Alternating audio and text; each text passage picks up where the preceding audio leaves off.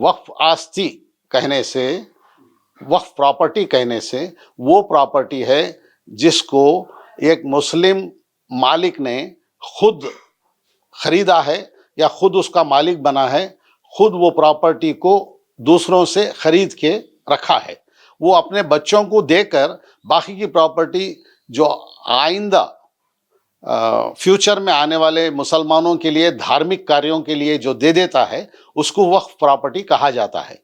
वो प्रॉपर्टी वहाँ के, वो जहाँ रहते हैं वहाँ के संघ संस्थाओं को दे दिया जाता है। वहाँ के संस्थाएं, लोकल संस्थाएं उसको चलाती हैं। वक्फ बोर्ड में वो रजिस्टर होती है, इसलिए वक्फ प्रॉपर्टी कहा जाता है। वक्फ के पास वो प्रॉपर्टी नहीं रहती। वक्फ is not the owner of वक्फ प्रॉपर्टी। वक्फ is the manager and supervisor of the वक्फ property, not the owner of the property. देखिए, वक्फ प्रॉपर्टी कोई भी मालिक, कोई भी प्रॉपर्टी का मालिक उसको वक्फ कर सकता है, यानी दान कर सकता है, धार्मिक दान दे सकता है वक्फ को। कैसे? जैसे समझिए मेरे पास 4 साइट्स हैं 30-40 के, मेरे 3 बच्चे हैं, 3 बच्चों को 3 प्रॉपर्टी दे के एक प्रॉपर्टी मैं फ्यूचर में आने वाले जनरेशन को, फ्यूचर के मुस्लिम लोगों के धार्मिक कार्यों के लिए मैं अगर दे देता हूं तो उसको कहते हैं वक्फ प्रॉपर्टी। वो वक्फ प्रॉपर्टी होती है और वो वक्फ प्रॉपर्टी ऐसा ही यूज होना है जैसे मैंने मेरे दान पत्र में लिखा है। मेरे दान पत्र में मैंने लिखा है कि वो वक्फ प्रॉपर्टी भूखे लोगों को खाना खिलाने के लिए, तो वो भूखे लोगों को खाना खिलाने के लिए ही यूज करना है, मस्जिद बनाने के लिए यूज नहीं कर सकते। अगर मैंने दान करने वाला, दान का स्वामी या दान का मालिक जो है, अगर वो लिखता है कि ये मस्जिद बनाने के लिए है, तो मस्जिद बनाने के लिए ही यूज करना है, दूसरे कार्य के लिए नहीं यूज कर सकते। इसको वक्फ प्रॉपर्टी कहते हैं। और वक्फ प्रॉपर्टी वही आदमी दे सकता है जो प्रॉपर्टी का मालिक है। दूसरों की प्रॉपर्टी को लेने का या उसके ऊपर कोई मालिकत्व करने का वक्फ बोर्ड को अधिकार नहीं है। और वक्फ बोर्ड दूसरों की प्रॉपर्टी ले नहीं सकता है जब तक उसका मालिक उसको देता नहीं।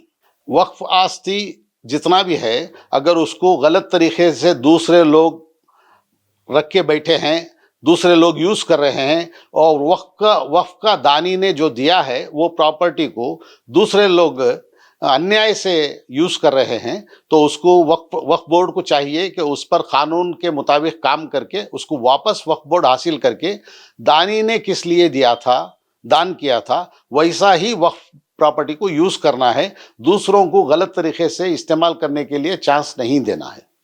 देखिए, सारे देश में जो वक्फ प्रॉपर्टीज हैं उसको कहा जाता है कि रेलवेज के बाद और डिफेंस के बाद थर्ड प्रॉपर्टी ओनर, सबसे बड़ा प्रॉपर्टी ओनर वक्फ बोर्ड है। लेकिन ये झूठी बात है।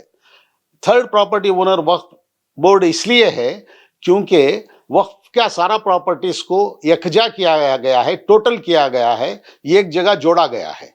अगर दूसरे धर्मों की प्रॉपर्टीज भी एक जगह जोड़ा जाए तो हिंदू धर्म की प्रॉपर्टीज 3 स्टेट के बराबर भी नहीं है। मुस्लिम के सारे देश की प्रॉपर्टी, मुसलमानों के सारे देश की वक्फ प्रॉपर्टी हिंदू धर्म के 3 स्टेट्स के बराबर नहीं है। हिंदू धर्म के प्रॉपर्टीज, दान प्रॉपर्टी और धार्मिक प्रॉपर्टी मुसलमानों के वक्फ प्रॉपर्टी से 20 टाइम्स बढ़ के है, लेकिन उसको एक जगह टोटल नहीं किया गया है, इसलिए वो टोटल में नहीं आता।